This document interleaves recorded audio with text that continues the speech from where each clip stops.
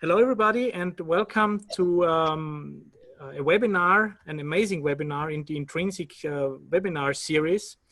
Intrinsic is a project, an Erasmus Plus project, about innovative education for sustainable entrepreneurship in life sciences.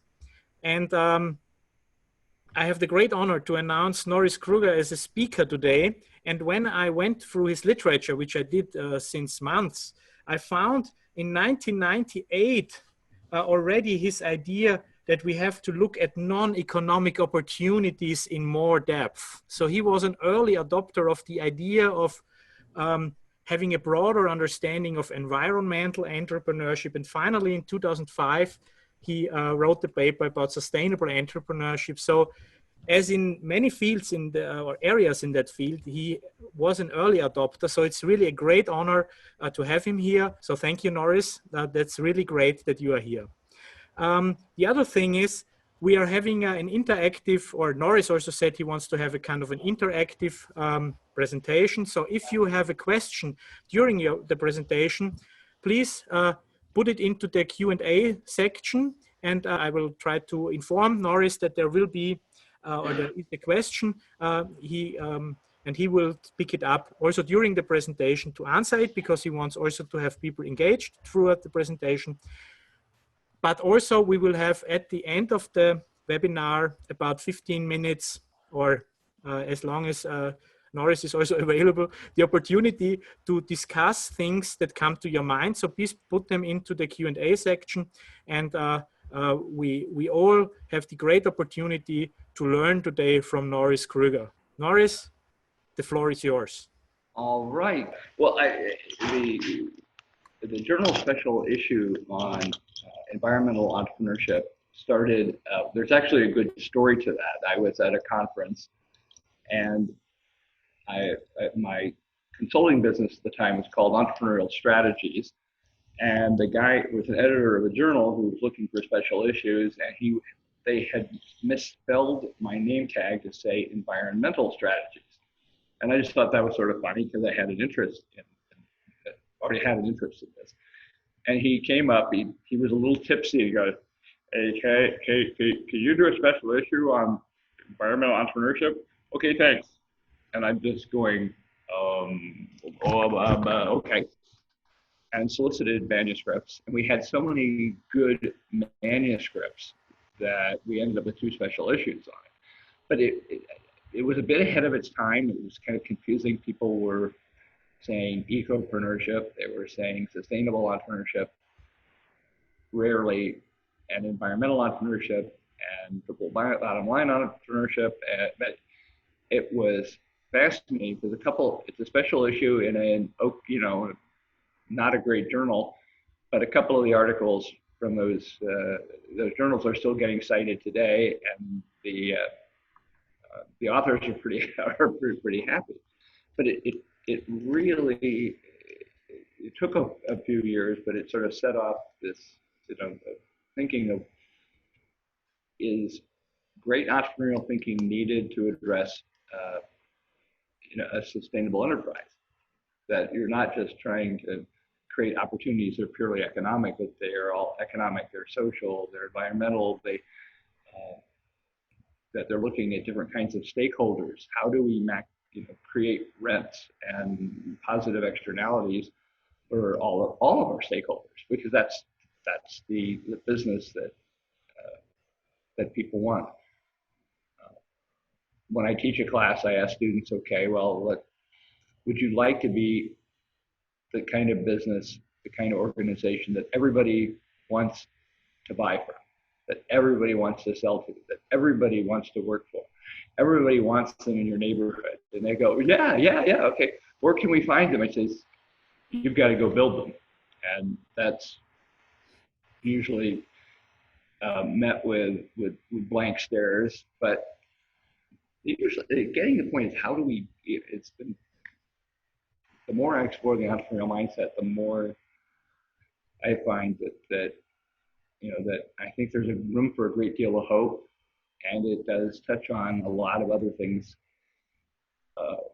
It means we need to be better educators. We need to be better researchers. So let me plunge ahead on this.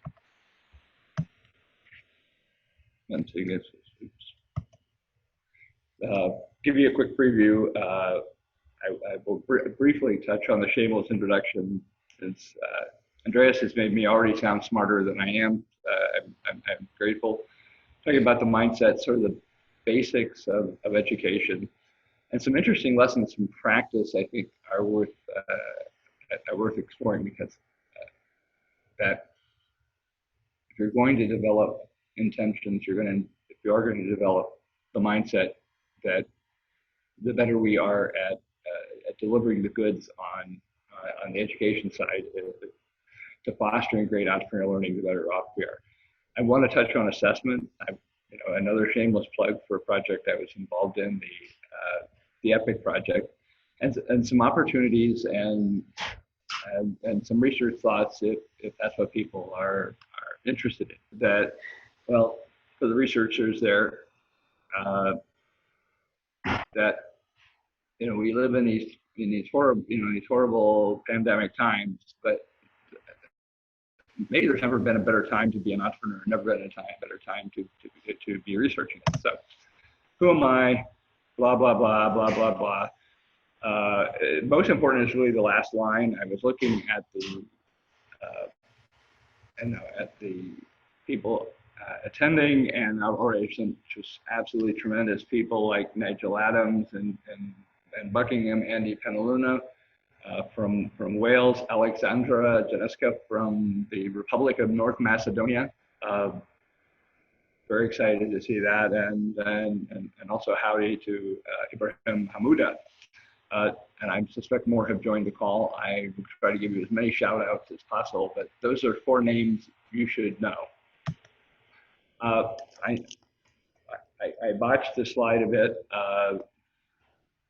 but this is sort of the bait. You'd asked me to talk a little bit about intent, and there are a lot of ways to sort of look at it that all center around this kind of basic model, that it's not an opportunity if you don't know how to do it, if it's not feasible. It's not an opportunity if it isn't something desirable, something that you want to do, but there needs to be some sort of trigger for that.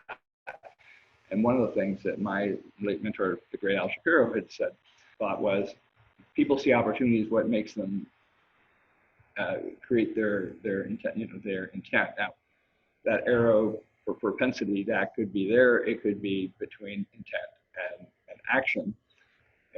He hadn't really developed that. But one measure that I've used, and this is kind of how all this conversation started on Norris, is I used a measure from the great German psychologist Julius Kuhl, that do you have a bias for action or not? But the more I study intent, the more I realize you've got to dig deeper and deeper and deeper. That it may seem to explain a lot of variance when you test this empirically, but it's not terribly predictive. Changing the so-called antecedents doesn't necessarily change intent. In fact, intent drives the antecedents more than vice versa. So suggesting there's a reciprocal causation going on, that you have intent, you have antecedents, you have intent, and so on. And it may well be that in a lot of situations, our intent is what anchors the process. That's sort of our initial reaction, gut reaction to it, and that really speaks to the deeper cognitive structures.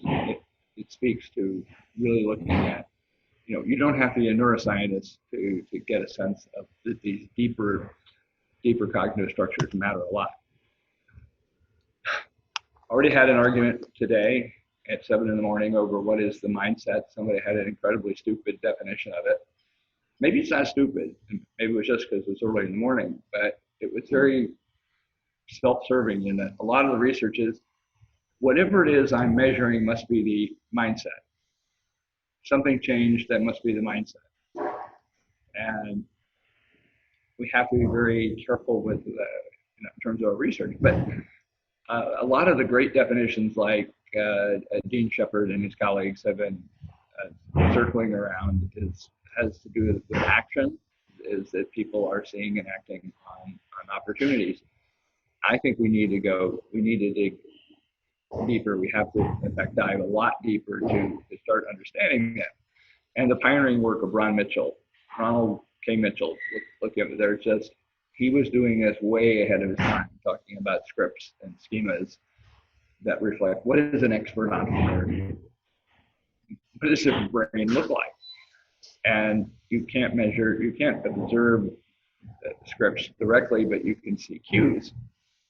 And there's some interesting stuff. And if you're interested in that, ask in the chat, and I'll come back to it. It's a little complicated, but a review of the literature typically finds that the number one definition of the entrepreneurial mindset is no.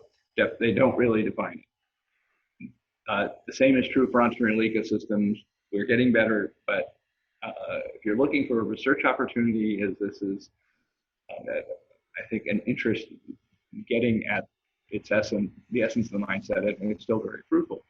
But one thing has been around for really the earliest days of applying social psychology to entrepreneurship is the tolerance of ambiguity, tolerance of uncertainty. It's not, entrepreneurs are not any more or less risk averse than we are. In fact, in some cases, they are more risk averse, slightly.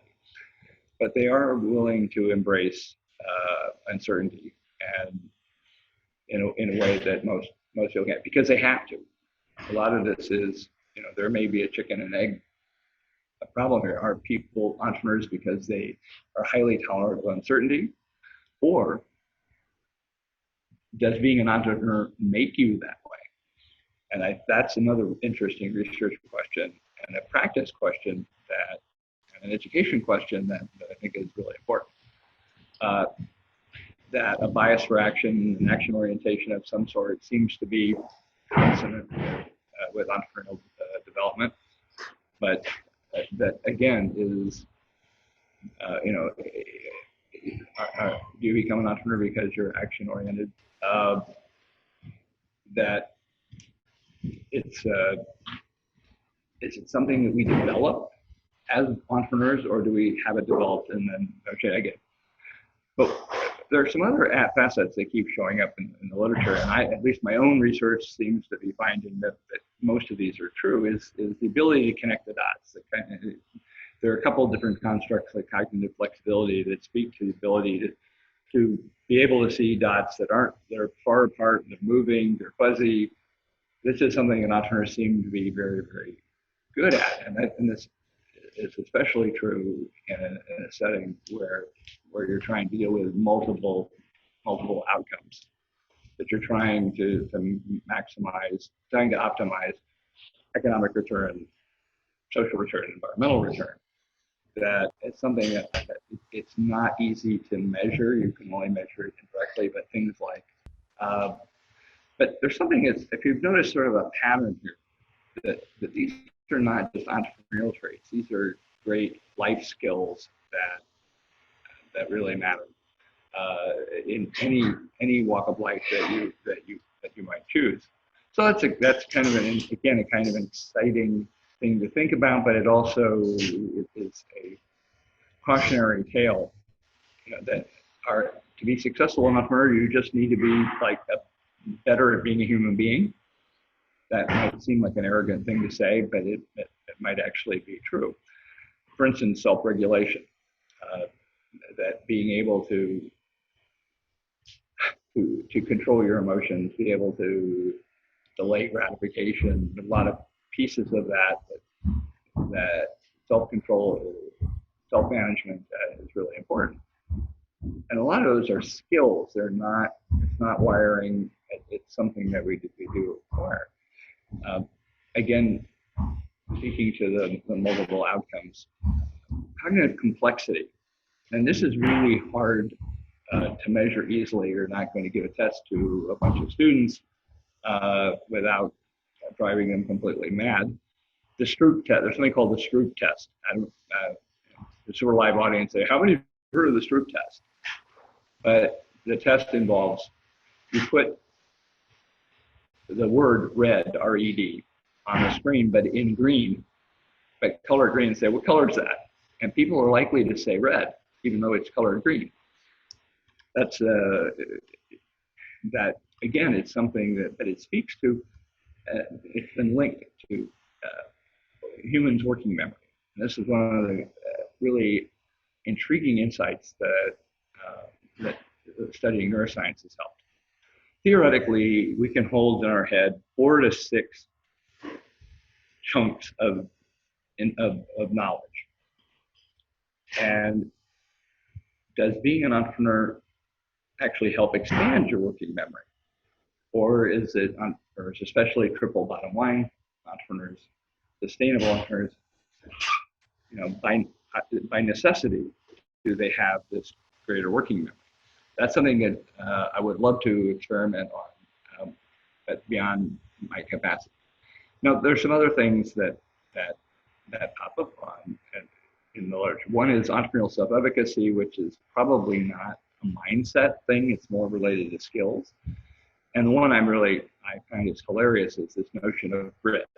Are people being perseverant, being gritty, and they keep going and going and going? And it turns out most of the studies show it's a negative correlator of entrepreneurship. And if you think about it, entrepreneurs are always having to learn and pivot. You can really be too perseverant. You can be stubborn about this. That's anyway. And the author of the scale actually agrees. Thinks that well, he thinks we shouldn't be using the measure at all. But here's one that's intriguing: is role identity. Do you see yourself as an entrepreneur? And if so, what kind of entrepreneur? And there's a clever exercise that you can all use. I'll use at home, whether in the classroom or not, is have people, when they first walk in the door, ask them to quickly draw a picture of an entrepreneur. Draw me an entrepreneur, quick. And it is amazing how weird these drawings are. A lot of them are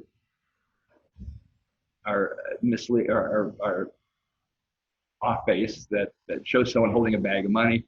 Half of them will put the light bulb over their head, that it's not just about the ideas. But if you do it again at the end of your training, you're likely to see some differences.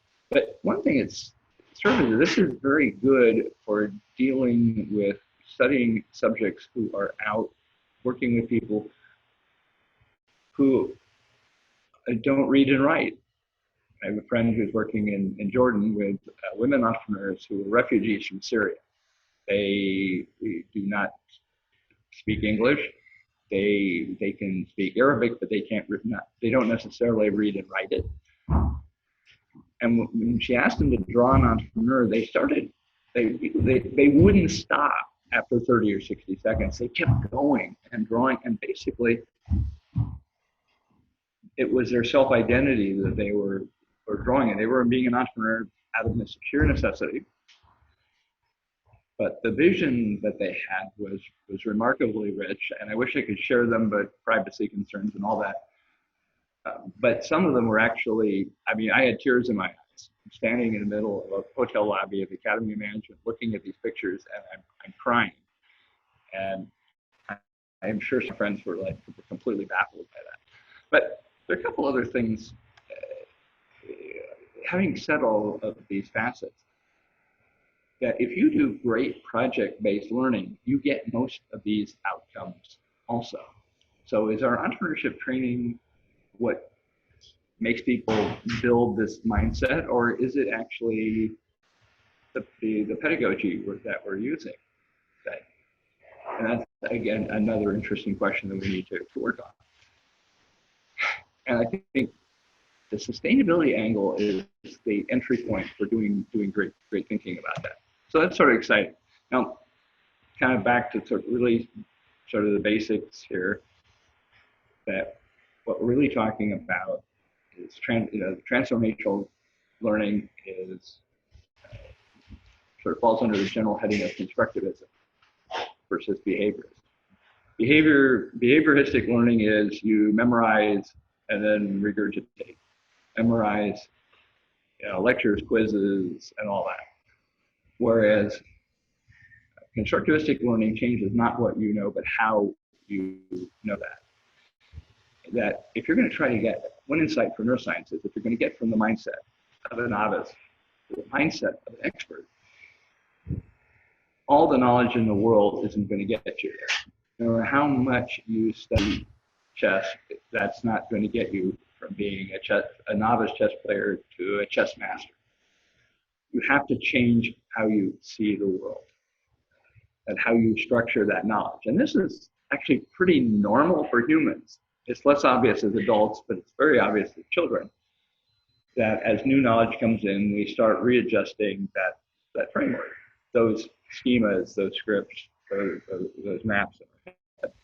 And how we get there there are critical experiences that you're not changing your knowledge structure incrementally very often. Usually they're big dislocations, like aha, aha.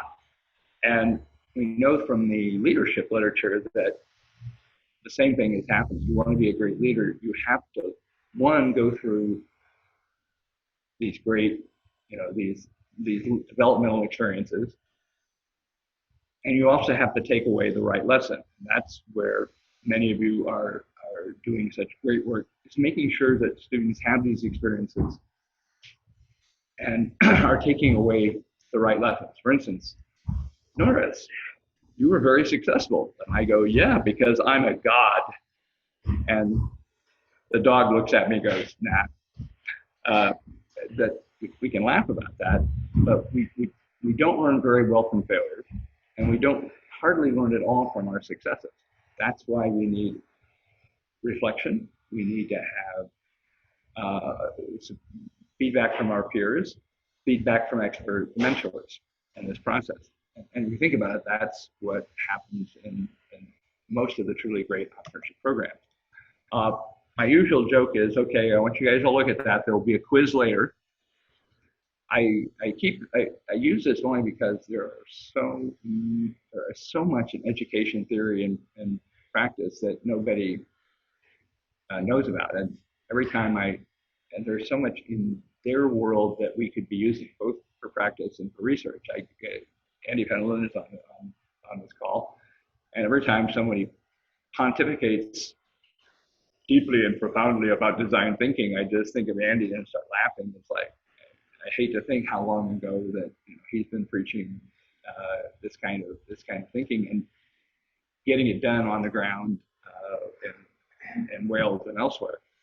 There's a lot of potential. If you're looking for research opportunities, looking for practice, there's just a lot out in that world of the theory and practice of education that we have sadly neglected. A very funny thing to do in a business academic conference is ask how many people have been trained as an actual professional training as an educator, and watch no hands go up except mine. It's kind of a cheap trick, but it is, I got to tell you, it opened my eyes remarkably. Anyway, that I've been kind of driving to is everything we're looking at. There's sort of, the economists would call this the micro foundations. It's kind of a cool looking word. It basically is macro phenomena often have micro origins, and it's how do we build a supervenient process of building up? So I want you to start thinking now, even before we finish this talk, is what that means to your practice and research. Now, one of the things that actually where I first met Andy in person was the OECD, EU, the HE Innovate, Entrepreneurship 360, and a lot overlapping sponsors of the program that was looking primarily at primary and secondary education. And they had 26 sort of case studies of model programs from all across Europe and beyond. And what was fascinating is they all shared the same several criteria. every one of these great programs is the one that the scariest one for most, at the university level is that it's not just student led, but student design. That's quite exciting and also quite scary to administrators.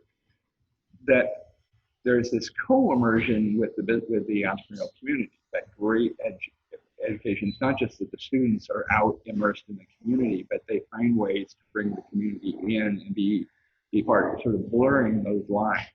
This co-immersion is very important, very powerful. Yeah. Okay. Again, these are something I love to talk about because it was such an epiphany for me that 26 programs, and every single one of them, that the learning was student led, even student designed, that they were deeply engaged with the local entrepreneurial community, that the entrepreneurs were coming to see them and they were going to see them. And imagining, 7 and 8 year olds going out and doing this, and your average educator will say, well, of course they can do this. But it's something that, then you go to a university and say, well, college seniors can't do this, aren't capable of it, is kind of a chilling thing to hear. But it is amazing when students take ownership of their learning with the right guidance, can do just marvelous things. That the regular evaluation is important, that monitoring, are we going in the right direction, we think, and doing it developmentally and as often as you can to make sure people are taking away the correct lessons from these great learning experiences they've had. And an unfair edge that they have over people at universities is that they have this professional training in theory and practice, that there are a lot of things that they know that we don't and we should. And there's a group, speaking of Andy and Nigel Adams, that were kind of stumbling toward Thingwood, Don't Winkle, and others to let's teach our colleagues sort of the basics of this, like gold standard project-based learning, understanding phenomena like cognitive load and why that's so important. The other thing that professional educators bring, and we didn't hear about it in their presentations, but it was clearly true, is that there was in the learning process, there are opportunities to reflect. That self-reflection is very important. For instance, keeping a reflective journal of some sort. Having reflection with your peers. Are they seeing the same phenomena, the same changes in their thinking that they are? And judicious use of expert mentors and that. Anyway, some interesting stuff here that the white papers from Andy, Martin Lacasse, and myself were, 3 hours of us. I'm not sure that the audience survived, but it was absolutely a glorious experience. I want to hark back to is that whether you're doing this in practice or doing this in looking at research, that one thing I've always found is this used to be my first tagline, my first email signature ever was, students are a secret weapon. I had found that in this project-based learning, all the way back to graduate school, had been so effective. And the more I learned about how to actually do it correctly, the better it got. And the conundrum, at least in North America, is everybody says they're experiential because they're doing something that's hands-on. The hands-on is not necessarily experiential in the sense of changing how we structure our knowledge. Again, so regular evaluation, regular reflection helps with that. But the reality is they will learn stuff from a hands-on project. It's a positive, but they're leaving so many chips on the table that there is so much more you could do to change students toward this mindset. So one of the things that I'm involved in a project right now is it's an education project, and we're asking students to devise not just come up with let's do a feasibility study of a business idea that's hypothetical. It has to be sustainable. It has to be socially and environmentally sustainable as well as economically sustainable. Now, two interesting things that have come out of that. One is they really struggle because they doing the trading off. How do they juggle all these things? But by the time they're done, they're a lot better at it.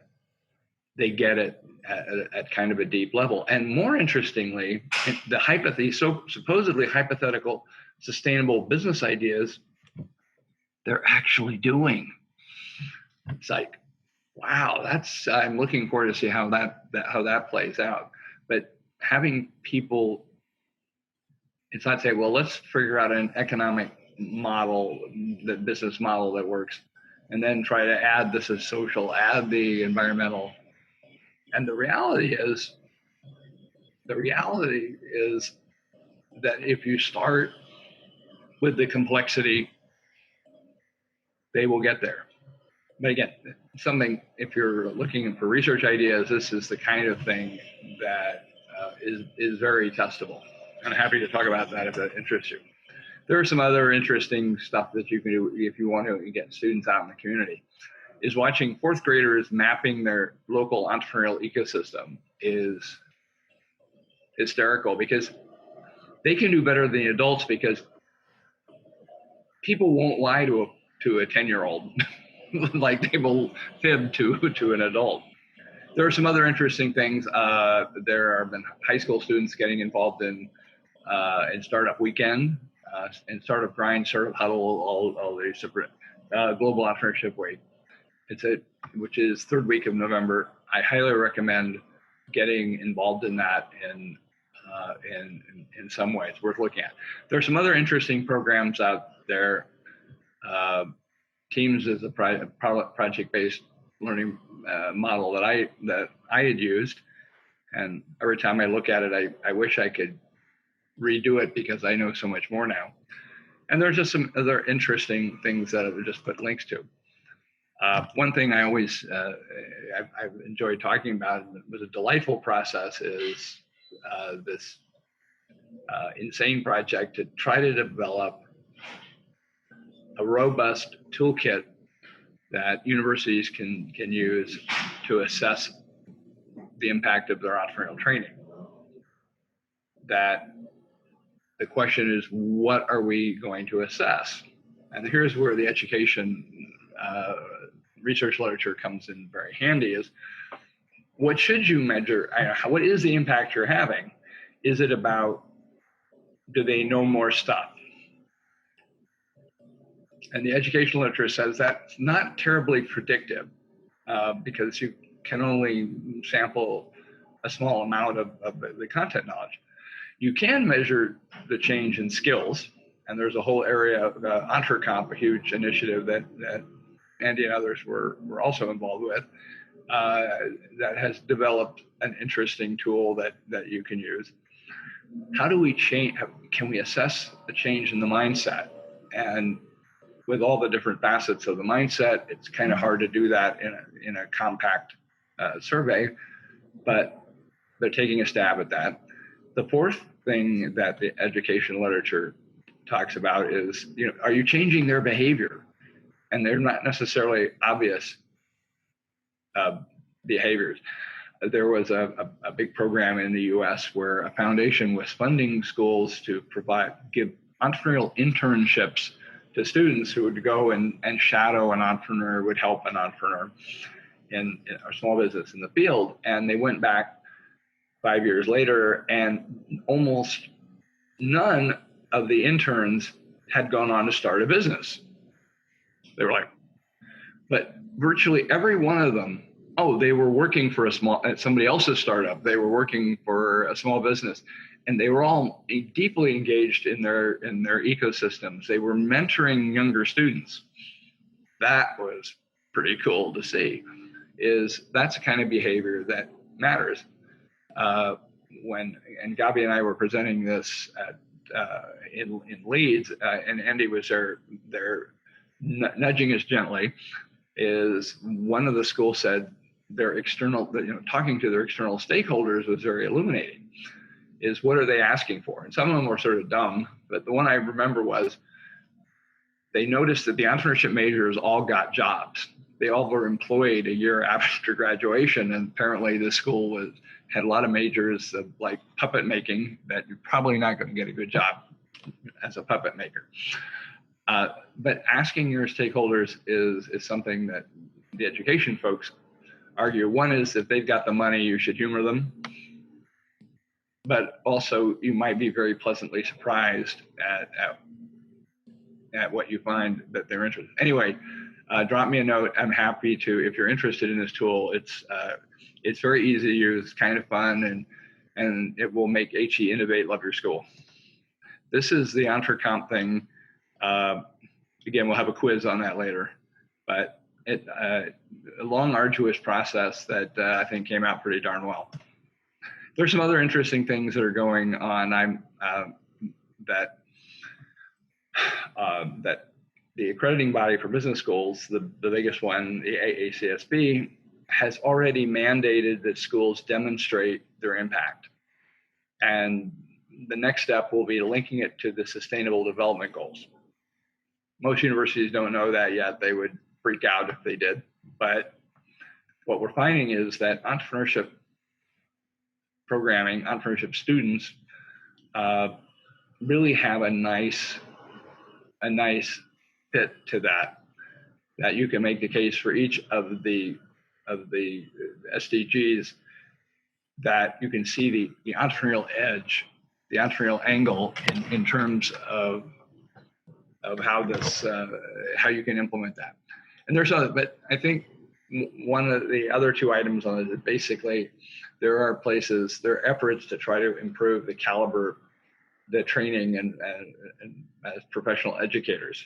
The Dutch are making people, do 200 to 250 hours of self-study on education theory and practice. Would love to see that happen in the U.S. And elsewhere.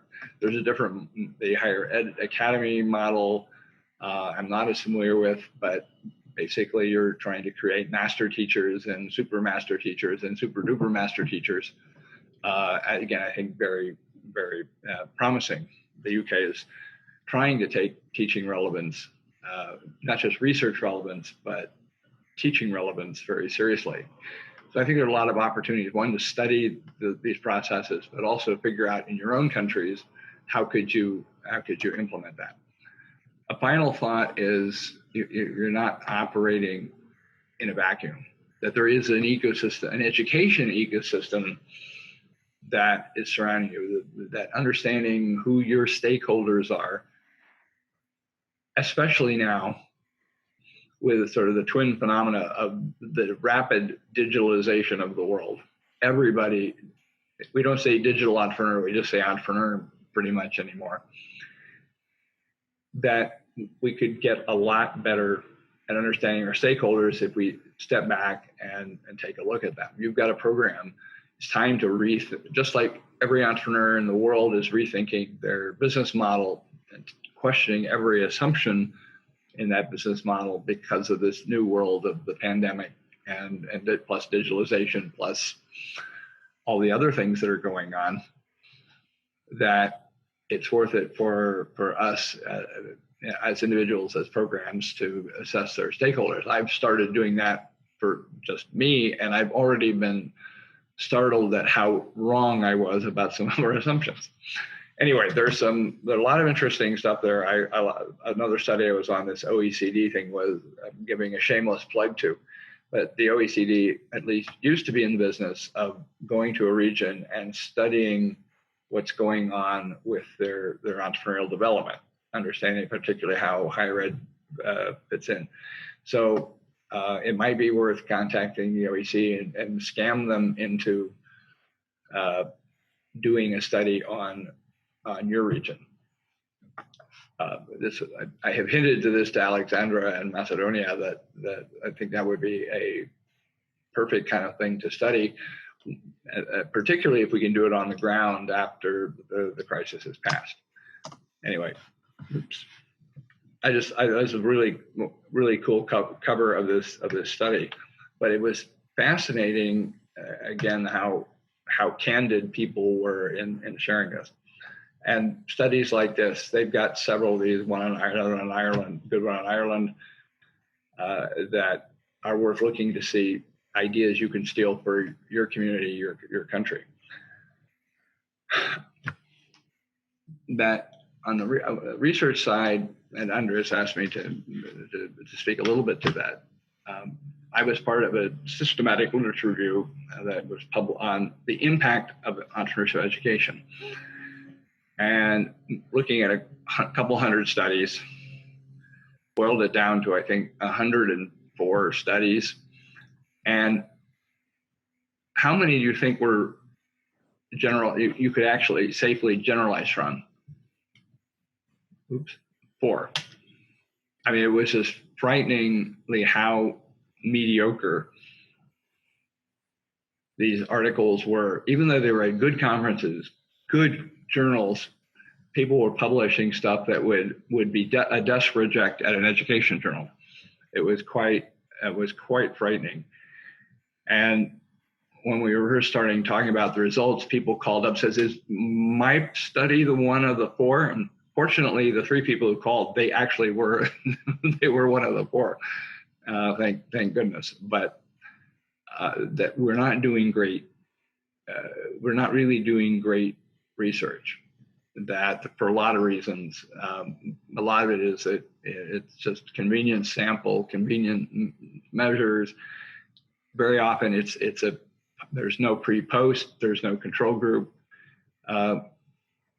People, there's an entrepreneurship class, something must be happening. I will give them some instrument, and we'll see what happens. And if nothing happens, we don't publish it. If we do, but you do get a result, we'll spiff it up and make it look pretty, and some journal will publish it. It's not really helping us as we move forward. And one thing that I'm working a lot now with the International Council for Small Business. If you don't know icsb.org, go check them out. They're really killing it right now.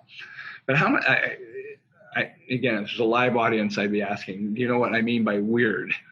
That, I say, well, I'm weird, and they go, yes, we know, and it's like, haha. But most of our research is done on Western, educated, rich, industrialized, rich democracies. Western, educated, industrialized, rich, democratic. And there are a lot of countries that don't fit that model, but a lot of societies and cultures that are not anywhere close to that model, and the results we get are very different. Now, one great thing about entrepreneurship training is it seems like our Western style training does work, but the question is a huge research question: is could we be doing better? If someone like Andy can his tools work in Georgia or Kazakhstan? Does it work in Mongolia as well as it does in Wales? That's the kind of thing that what do we have to do differently to address that? And that's something really important, because as we get more and more globalized, I was on an ICSB webinar, and they had people from 65 different countries. And it's hard to, am I giving the right answers that fit all 65 countries? It's something we need to be thinking about. If you're interested, by the way, if you don't know GUESS, which is a tortured acronym, but it's a very large student survey, 20 plus countries, 100,000 students, entrepreneurship students answering a lengthy survey about their entrepreneurship education. I strongly recommend it. I'm on their board of advisors, and theoretically, we're going to be doing another wave in 2021. So if you if this interests you at all, Google it and check it out and see if there's a question you'd like to have considered, and let me know. Anyway, there are some other things we could talk about, but I want to be mindful of time and your questions. But there are some things is that when I put on my entrepreneurial ecosystem builder hat and I go to these big summits, and a recurring question is, why is my university so bad at helping the entrepreneurial ecosystem? And they say it's not just yours, it's everyone's, because the entrepreneurial community can see how much more we could be doing, or how we could be doing things differently, and their lines of communication are actually pretty poor. But the one good thing is that there should be great synergies between them. You need great entrepreneurial learning if you're going to build an ecosystem. And if you want entrepreneurial learning, it really helps to have a robust ecosystem. So you have this virtuous cycle that's going on. But there are other random problems is you're dealing with entrepreneurial development may not be a linear process. It may be, it's a complex adaptive system, that it's nonlinear. So a lot of our tools, a lot of our models may need to adjust. And the people in the mainstream education literature are really diving into this nonlinearity with great gusto, things we can learn. Anyway, the question I always ask is, okay, what did I miss? What did I forget? What did I get wrong? And this is information for how to contact me. By the way, and this, you'll see this, and I would encourage you, even if we're really talking about education, this giant initiative by the huge Ewing, Marion, Kauffman Foundation to promote building of ecosystems is something that they've been very US-centric, and we're trying to fix that. And they have neglected education. So you could show up and start contributing day one on this. And ICSB, love these guys. They're doing some great stuff. And this Team Renegades is the sort of Doan, Andy, Nigel, and et al. Conspiracy to let's figure out how to teach our friends and colleagues some of the stuff that we've learned over the years, and help them to elevate their teaching. I love these guys, the Gaping Void guys. They're not just this crazy artists, but they actually are one of the premier consultants on organizational change.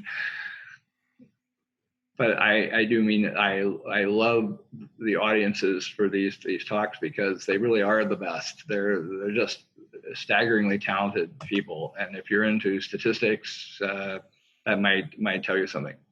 So, well, there was one question from Andy Penaluna, and he said in a personal context, he had learned more from his alumni about the teaching than the research, and it's way more timely. That is an absolutely marvelous insight. And yes, I did.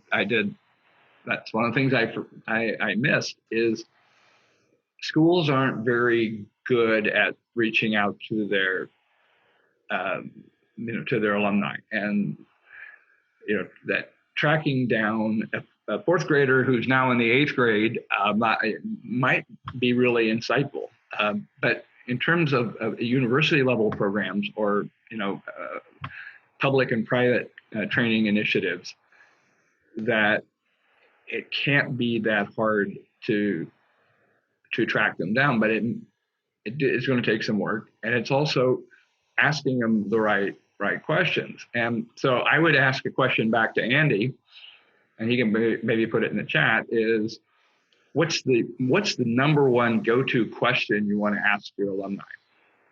What gives you the most information on that? Andy said he simply asked them what helped them most and what was pointless. Yeah.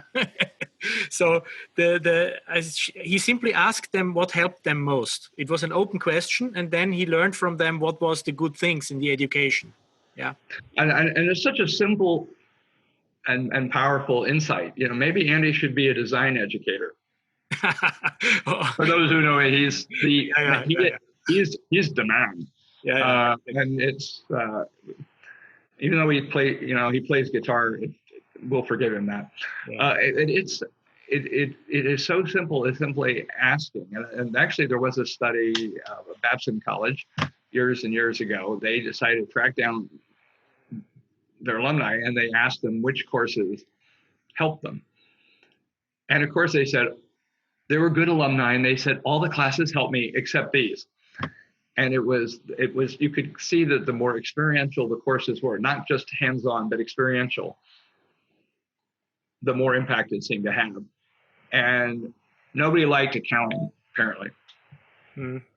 Which is funny, but well, it's not funny to the accounting faculty, but there's a lot to be said for being able to ask. But thinking about that, it's very simple. And the funny thing is, they never went back and did the study again, because I presumably it was a lot of work and it cost. They couldn't get funding for it, and probably the people whose courses were disrespected got mad. And that's a problem that sometimes you hear things from your customers, from your past customers in this case, that you didn't want to hear. And bureaucracies are very good at, sometimes all too good at shutting that down. I also see a question from... Yeah, there is one question which I also would like to ask you from Inge Larsen about the mindset. Well, and that's a great question, and Nigel has a great question. Yeah. So this is really marvelous. Well, Inge, this is actually the interesting conundrum, because I was talking to someone who is people who are very keen on doing great project-based learning. There's an organization called Gallup that do large-scale polling of social and cultural and political phenomena, and they actually had a big initiative of actually tracking students, and they found the impact of project-based learning done right. If you tick all the boxes, they are more action-oriented. They were better at working in teams. They were better at, they were higher on measures of optimism and resilience. They use different scales than I might use. And I said, guy, he actually asked me, so what's different about the entrepreneurial mindset? And there was actually a pretty good discussion happening, but one issue is, what do we mean by entrepreneurial? Is this mean, what is an entrepreneur? Can be defined very narrowly. But a lot of people, it says you're an entrepreneur if you're trying to create a scalable venture. To people that we're going to count all the small business owners. And the broader you define it, the murkier it gets. We find is if we focus just on growth-oriented entrepreneurs, that there are some repeatable phenomena that we find. But I think that I usually answer to Inge's question, I usually answer it that I'm not sure I care that that maybe we were talking about a lot of the same things. You're going to think like an entrepreneur. You also want to be able to act like an entrepreneur, and being able to take effective action. These are skills that are mostly beneficial to most people. It's the setting in which that you're deploying, that they're focusing, where is their attention? What are the things that their antenna are being tuned to look for, and they're looking for in search of opportunities to create novel value for others, which is a nice definition of, the definition I like of entrepreneur, that you're creating value, novel value for others. And we used to say novel economic value, but now it's, we have broadened that novel and sustainable value for others. And not everybody thinks that way, because they're mostly thinking instrumentally in that I'm trying to accomplish X. And I know that's not a terribly satisfying answer, but a lot of schools are using that huge overlap to their advantage by saying, you take an entrepreneurship class, you're going to learn and develop characteristics that matter for life. Everybody could be a little better at action orientation, except for the ragingly impulsive, I suppose. Everybody should be more resilient. Everybody should be better at coping with uncertainty. They need to be able to connect the dots. They need to think more multidimensionally. That I think that's not a bad thing, but I think that is a contentious issue, and people are searching for what's a facet of the mindset that really doesn't, that is truly entrepreneurial. And I would say it's the role identity. Coming back to, well, do I look like, do I see myself as an entrepreneur? If so, what does that comprise? And I hope that's probably not completely satisfying, but I think the big difference is role identity, and that no, it's not a bad thing that it's not all bad thing that these are really life skills, because there's an entrepreneur inside of all of us, just as there's a bureaucrat inside of all of us. Mm. I'm thinking, let's see, and that actually leads into Nigel's question. Is he was asking, how do you get your university colleagues to understand we're just not doing startups, we're actually changing them? And I think assessment is, understand what is changing. And I know that Nigel is working on that. And I think that's really important to say, that people come out of the program are different. And we think about, there's a famous US outdoors program called Outward Bound. And basically they drop you off in the woods with no supplies, a few matches, and we'll pick you up in a week. Don't die. And nobody dies. Everybody rises to the occasion. And they all consider it to be greatly transformative, and you can measure that. Everybody's impressive. The real question is, it actually reflects to Andy's point, is 10 years from now, are they still changed? We've bent their brains pretty insignificantly. Do they come back? Most people who have experienced deep religious conversions, the majority of them unconvert later. That it's kind of that it doesn't necessarily stick. It's like hearing an incredibly inspirational speaker, and you come out and you're writing notes to add to your to-do list of all the things you're going to do, and by the morning it's like whatever. That understanding that long range impact, and I would also argue for both Inga and Nigel, is that you're talking about stuff that matters, and this is what the project-based learning folks, I think, have really nailed it. It's got to be a project that matters. It matters to you and it matters to others. And that's something that makes these changes sticky. And there aren't many better ways to do something that matters. If this is something that's going to create value for others and create value for you, and it actually works. That's, that can be an astounding epiphany for many, many folks. There are two questions about the training that at the university. Yeah, there's one from Alexandra and another follow-on from Andy before we sign off here. That at the university level, I do see, one thing that universities could do, and right now this would be a potential competitive advantage, is we're in times where, there are a lot of universities in North America that are fully expecting to have 50% of the revenues that they had before. This means they're going to have to be losing faculty. They're, even tenured faculty will, are headed out. What are the skills that will make you a must-keep faculty member? And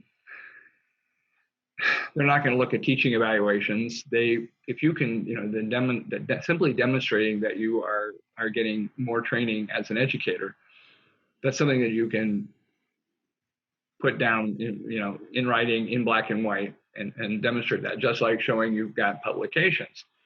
And I think that certainly one is that if I have an opportunity to take a seminar online on some facet of education theory or practice, I always sign up for it now because I'm hungry for it. But I mean, the short answer is that I would say yes, we should start doing more formal educator training. Start with entrepreneurship and innovation, and see how that goes. But selfishly, that I want my friends to keep their jobs and enjoy their jobs more. And I think you will really enjoy it, because one thing I noticed from that Dutch program, the BKO, that I was talking to Art at Roniken, and he gets it. He understands this education stuff, and he thinks the BKO is really boring. It's like, doesn't everybody know this? And talking to another person who is, in the Netherlands, who is, at his school, he is legendary for getting the worst teaching evaluations in the school, but he's a tenured professor. So, and he said, oh, this BKO is impossible. So why is it impossible to him, seem impossible to him and easy to someone who gets it? It's telling us that there is some real value in understanding that. I'm looking at a couple quick questions here, Andy. The onepreneur, that the building entrepreneurial teams, I think it's something that fits our model, most of our models pretty well. Is that even if the teams aren't going to persist after the end of university programming, that is understanding how to build and nurture and manage a team is vitally important. And there are schools. What Chalmers does in Gothenburg, Sweden, is that they have it is all very team oriented, and they take somebody's IP, university, industry, somebody, and take it to market. And I know that they're coming away with much stronger team building, team managing skills. So, but that's that would be kind of tricky. But I would love to. I think that might be a next new cool frontier, Andy. So you just volunteered, and I can't pronounce Edgeteam, the simulation class. I have used simulations in the past that I chose poorly. The students took away different things from it than I would have liked, but that was on me, that I was fairly new. I had played simulation games in grad school and won just because I was a ruthless competitive bastard. Probably not a good setup.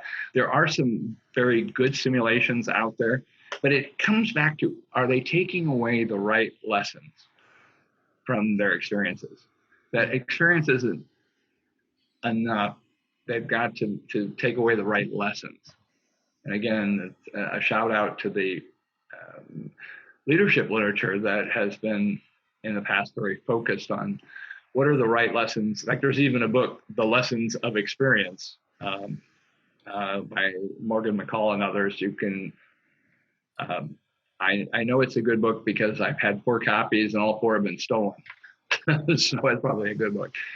Usually a good sign. And even though it's from '88, it's some remarkable insights about critical developmental experiences. So I like us to know, one of the is that there are some, I don't want to recommend any. I am sort of fond of CESIM in Helsinki, Finland. They CESIM. They're quite they're very good to work with and good people. But there are a bunch of, but it's not the tool, it's the execution. Just like an entrepreneur, it's not the idea, it's the implementation. And the key to that is making sure people are being reflective and taking away the right lessons. I'm hoping that helps. Yeah. So I think that is with regard to the assessment. I think that is really a call for shaping the assessment with the right tools and also questions. But what I really liked about today's a webinar that is going to end in a few seconds almost is that you really deeply introduced us into the mindset, which was the goal of the webinar. And the mindset is such a complex thing that where we don't have this clear understanding, but all the discussion, all the input showed us the different aspects of human behavior and how that could relate to the entrepreneurial action. So I don't want to say much more because it can only destroy what you have set up here. So Norris, well, I know I thank you for that. But one of the things that that I noticed the first time I was an organizer for a startup weekend, and the thing that we know, if we change how people think and what they know, that may change their behavior. But by changing their behavior, it really it works even faster to sort of change how you think. And for a lot of people, that is that we all have I like to believe that everyone has an entrepreneur inside them. It's probably okay that we all have a bureaucrat inside of us. Is being able to unleash and empower that entrepreneurial side. And at the startup weekend, there was a guy who was he only went to startup weekend because he liked to code, and he would want to hang out with his buddies, and what the hell, it's a weekend. He didn't have a girlfriend. He's like, okay, I'm going to show up and just, enjoy it. And late in the startup weekend, he reached up and grabbed me by the front of my shirt. This guy was much larger than me. Says, "You've ruined my life." I'm like, oh God, he's going to kill me. He said, I can't not be an entrepreneur. He said, I now know I don't want to be an entrepreneur. I am one. And they actually patted me on the head. And he walked away, and I'm going, I think that was wonderful. But, when you're walking around with a cup of espresso and a beer in the other hand, usually cognitive processing isn't always 100%. But this notion where you immerse people in an experience, I think about, the weakness of Startup Weekend is the immersion experience is marvelous. I mean, it forces you to change how you think, how you act. But there's not a lot of follow-up. That what happens is where we have follow-up. Well, Nigel does this thing. He has a decompression session where where both students and entrepreneurs go to the pub and they socially interact, but also reflect on what they're learning, what they're experiencing. And you can do a lot in a low-key setting if you just, I can see Nigel's got to be nudging them to do this sort of reflection. And that's such a simple thing to do. And most universities, you would have to fill out lots of paperwork. You're going to take people to a pub, but that I just think that there are so many great examples out there. And one thing that, Andreas, that you can keep doing, and you're going to have Andy as your next guest and Don Winkle after that, is just the tremendous range. Is